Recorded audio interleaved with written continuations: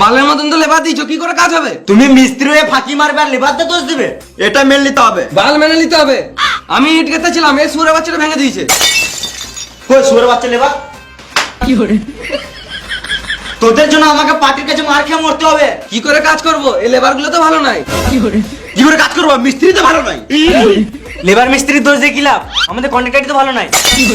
এখন আমি খারাপ, মাথায় কিল দেবো, এখানে ঝটপটে মরে যাবি। দেখি কে কার মাথায় কিলাই।